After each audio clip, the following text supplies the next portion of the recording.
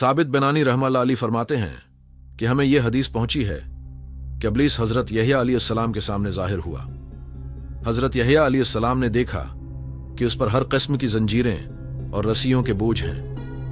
उन्होंने पूछा, ऐ इब्लीस, ये तेरे पास जो चीजें हैं ये क्या हैं?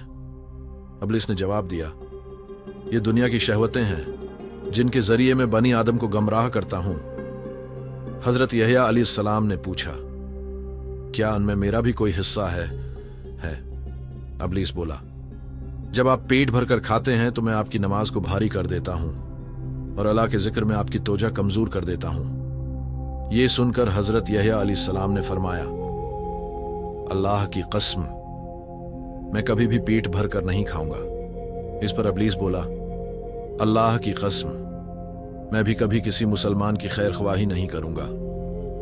हारिस बिन इसामा से रवायत है कि जब तुम नमाज में खड़े हो और शैतान आकर तुमसे कहे कि तुम रिया कर रहे हो तो अपनी नमाज को और भी लंबी कर दो।